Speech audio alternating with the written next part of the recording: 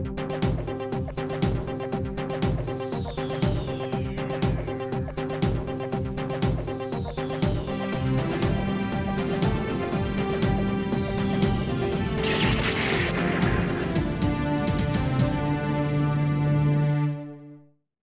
everyone, it is I, Mark S.W. Welcome back to my channel. You join me in County Durham. Today is the 27th of September 2025, which is when I'm recording this video, even though you're watching it in October. But I've come here for a Railway 200 weekend event special. For those of you who don't know, what is Railway 200? Well, it's exactly 200 years ago that the modern railway was created. It was here in County Durham that the first passenger train was pulled along by a steam locomotive along a public railway. The line started at the coal mines just above Bishop Auckland. Then the line goes through Shildon, which is where the engine works were, and then it went to Darlington, and then all the way to the docks at Stockton, which is where they used to unload the coal. So this is the plan for the weekend. Today, Saturday, this morning I'm going to go over to Darlington to the Hopetown Museum to see some famous engines, including locomotion number 1, the very first steam locomotive. And then later on this afternoon, I'll go over to where some of the lines used to be, around Bishop Auckland and Shildon, because they would have been covered up now by roads and paths and fields, but you can still visit them to get an idea of what the lines would have been like. And then on Sunday, tomorrow, I'll spend the morning at the Locomotion Museum in Shildon. It's a good place to go. Admission is free if you want to visit it. And then finally, for the Sunday evening, there's meant to be some sort of big party at Stockton, which is where the line ends. So hopefully I can go and check that out.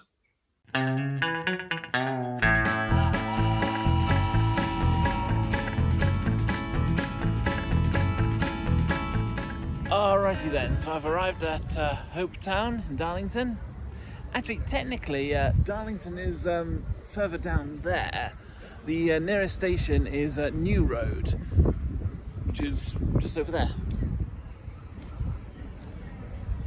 So as this is my first time, I'm going to have a look around. I've got about 2 hours before locomotion number 1 does its run, so that should be plenty of time. Got some engines on display here. 2 tender engines. This one 63395 and that one 2392.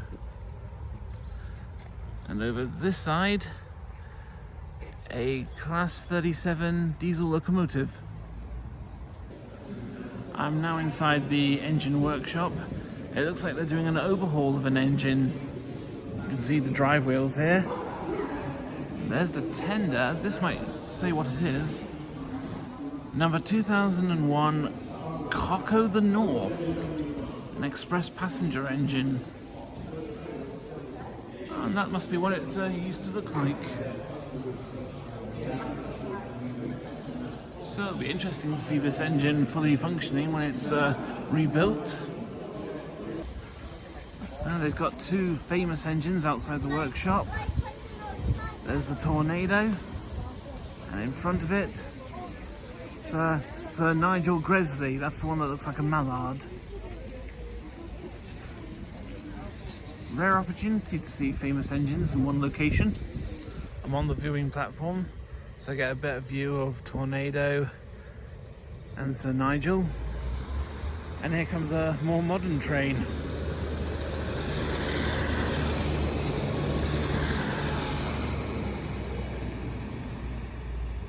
So now I'm following this path down out of the workshop, and I'm hoping to see some more locomotives. Now this is one of the special diesel locomotives for the 200 event that took place in Derby a few months ago. This one was named after Karen Harrison, the first female train driver in Britain. She passed away in 2011, so I think she'll be very proud that there's a locomotive named after her. I've made my way now to the second workshop. Lots of tank engines and small diesels being repaired and renovated. There's even a damaged brake van here. I wonder if it's the spiteful brake van, the one that Douglas crushed. Got a few steam engines steamed up, ready for action. And there it is, locomotion number 1, the first steam locomotive. It may be primitive, but it's a thing of beauty. I'm now in the Carriage Museum. It's full of history.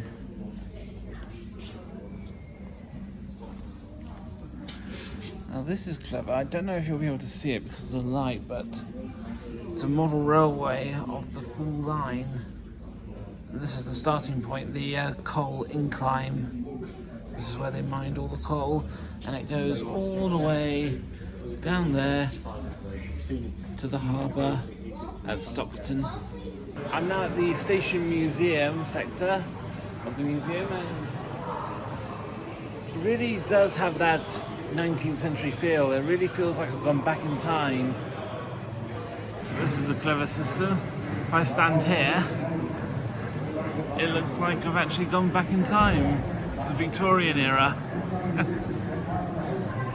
So here's a replica of locomotion number 1. And next door over here, this is locomotion number 25. And it's got a name. Druent. At least I think that's how you pronounce it. So with the replica of number 1, you can step into the cabin. There's the fire. And a selection of buttons. Enjoy the sounds of locomotion number 1 on the first day. Okay, so let's try the fire.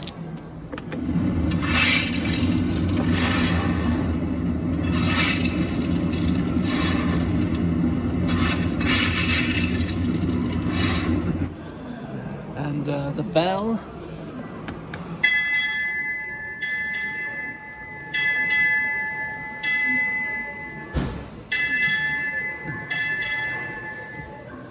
And let's do the crowds, since we have an artwork of crowds here.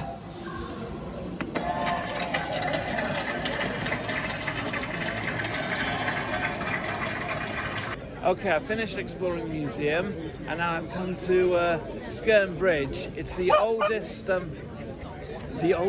passenger railway bridge in the country, and it's still being used to this day. So we're expecting locomotion number 1 to go back and forth along the bridge, and as you can see, it's quite crowded. So many spectators. So if you're one of these spectators and you've come to look at my video, please subscribe to my channel and hit the notification bell so you know when I upload a video.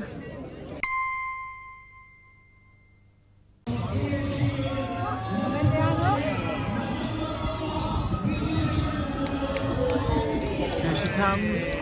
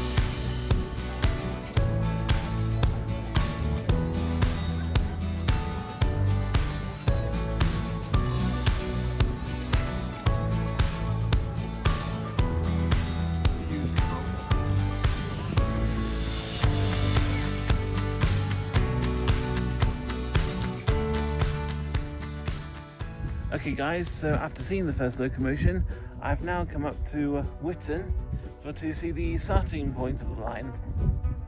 What's left of it, you could say, because this path here is now a footpath, but it used to be a railway line. although horses would pull the loads of coal along. So all this would have been the coal mine, or coal pit, whichever you prefer. But as you can see, it's now replaced by grass and some sheep over there. The line actually goes further up there. We're actually quite high, we're about 150 meters high. As the line continues down to Stockton, it lowers to, I think, just under 20 meters, something like that. So now I'm visiting another part of the line. This is the Brosselton Incline. Now this railway is very interesting. It has stones instead of wood as sleepers. So each one has 4 holes, which is now covered in mud and grass. But they would have had bolts and screws, and that's what secured the lines in place. So we had 2 on each side. Now some of you may be familiar with the traditional method of the incline, where loaded trucks run down a hill and at the same time they pull empty trucks up. Well, not this one. This is a different one. It's a single track. So the wagons would have had brakes and someone would operate them as they go down. So it'd have to be someone really skilled. Sometimes they'd be pulled along by horses, or sometimes they would use a steam engine, but not like in a locomotion way. A steam engine as in like a winch mechanism to pull them up the hill. So I'm at the top of the incline now. These buildings, this would have been the engine house, but now they've been converted to houses. But these would have contained the winch mechanisms for pulling up the trucks. You can see the arch there, the entrance. Last place to take a look at. This is the Mason Arms. Well, it was. Now it's the CP to Cairo, I think. Anyway, next to it, if you follow this long path all the way in a straight line down there, where those trees are, that's where the incline would be. And there's a signal next to it. And there's another one in the middle of this roundabout. So next to the Mason Arms is the information board and a World Origin Site plaque. Birthplace of the modern railway. Locomotion number 1 left from here, the Mason Arms. 27th September 1825. Driven 26 miles by George Stephenson. Stockton and Darlington Railway Company.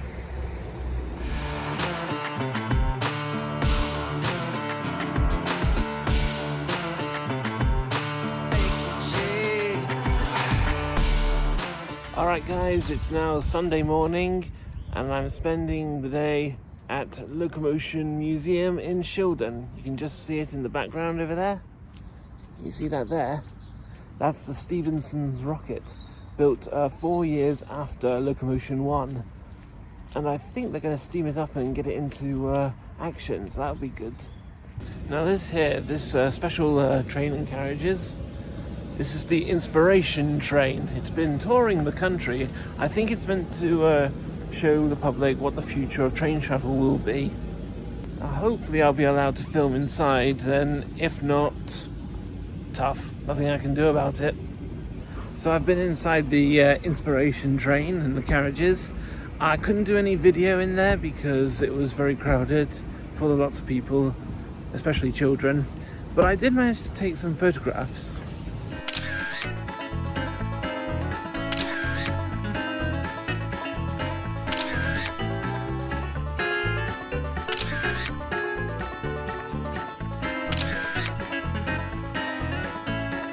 It's really interesting in there. Lots of things for you to try out and even build your own railway track out of sand. I'm inside the main hall at Locomotion. It's very busy. A lot of engines on display. And of course Locomotion number 1, several diesels.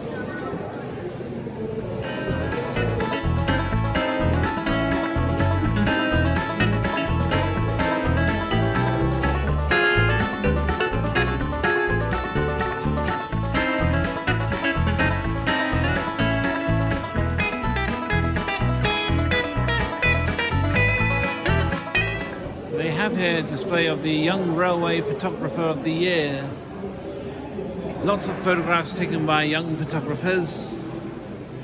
Some really nice ones as well. This one's good with the horse. Maybe next year I could enter some of my photographs of steam trains, providing that 35 isn't too old. Now, the last time I was at the Locomotion Museum was in 2023. Some of you may remember from my past videos. But while I was here, this building was being constructed. This is the new hall and engine shed. So I'm looking forward to checking that out. And judging from the look of those three engines, I think they're the next generation. This blue one is a Revolution VLR, very light rail. So it looks like an engine and one carriage, probably used maybe for branch lines. This one here, well, this isn't an engine actually, it's an I-Wagon. I think it's a type of truck. This is a Class 93 diesel locomotive. It's got lots of curves in it. It actually looks quite nice for a diesel. So I'm inside the new hall. A great place to store more engines, wagons. I think there's about 1, 2, 3, 4, 5, 6 tracks here. So here in the new hall, each line is divided into 6 sections. They each have a category. So the first one, origins in coal. So this would contain early locomotives. Next line, anything, anywhere. A bit like the goodies, really. So this refers to mainly the goods trains and trucks, and brake vans. This line is servicing the system, so as well as having like the big snow plows down there, you've got like the rescue cranes, maintenance vans, all those that help to keep the lines running and clear. This one is industrial railways. So you can see down there more wagons and fuel tanks as well. So getting ready for the diesel era. Number 5 is built in Shildon. So that's all the wagons and locos that were built here. And finally, freight futures. So this is mainly all the freight trains, the shunting engines that would have been used. You can just see a shunting diesel and a saddle tank engine. Of course, no Railway 200 event would be complete without a ride on a vintage train, and that's what I'm doing right now. I'm on the Rocket.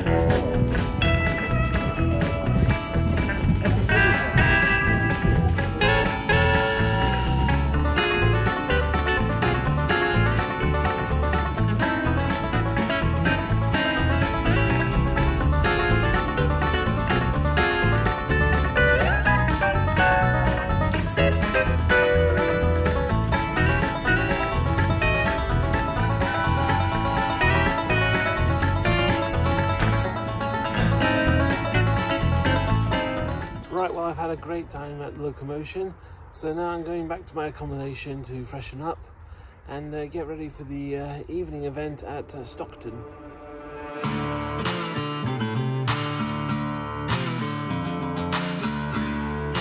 Alright guys, I've made it to Stockton. I'm by the riverside. As you can see, a hell of a big crowd. The show's going to start in about 15 minutes. I have absolutely no idea what to expect, but I have a couple of theories. I have been told that there might be some fireworks. And another thing, I don't know if you can see, but down there's a replica of Locomotion, but it's painted all white. Apparently it's been described as the ghost train, so like they're going to recreate its arrival to Stockton. At least that's what I think. I've made my way down to the riverside. Much quieter here. There's the crowd, and next to what looks like some kind of stage. If they do play copyrighted music, then I won't be able to show it on YouTube. Hashtag copyright to bitch. So I'll have to put up some other music.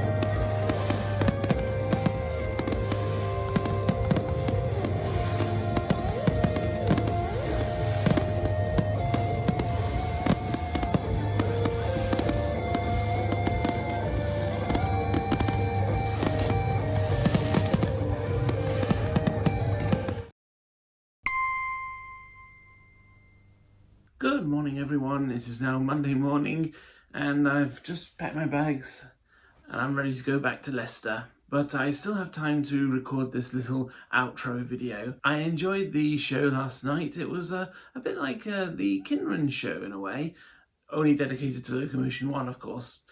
I admit it had a slow start, but it definitely got better and better as it went along. And I do like the ending bit where the locomotion was sort of struggling to get up the hill and it finally makes it to the top and we had all the firework displays. Lovely. So I've enjoyed my Railway 200 weekend and I know there are still some celebrations going on for the rest of the year. For those of you who are like, oh, I wish I could have joined these celebrations, well, don't worry, you still can. In another 50 years' time, when we celebrate the Railway 250 years. So they did celebrate railways 100 years ago in 1925, and then 50 years later in 1975, and now this year, 2025, and they'll be doing it again in 50 years' time. Now I've noticed with Railway 200, it's mainly the heritage railway lines that have shown an interest in the event. Whereas for the main railways, National Rail you could say, they just haven't shown an interest. Maybe it's because they are like, oh, we don't want to celebrate 200 years of workers going on strike because we're not giving them enough money, or passengers complaining whenever we're late, especially cross country.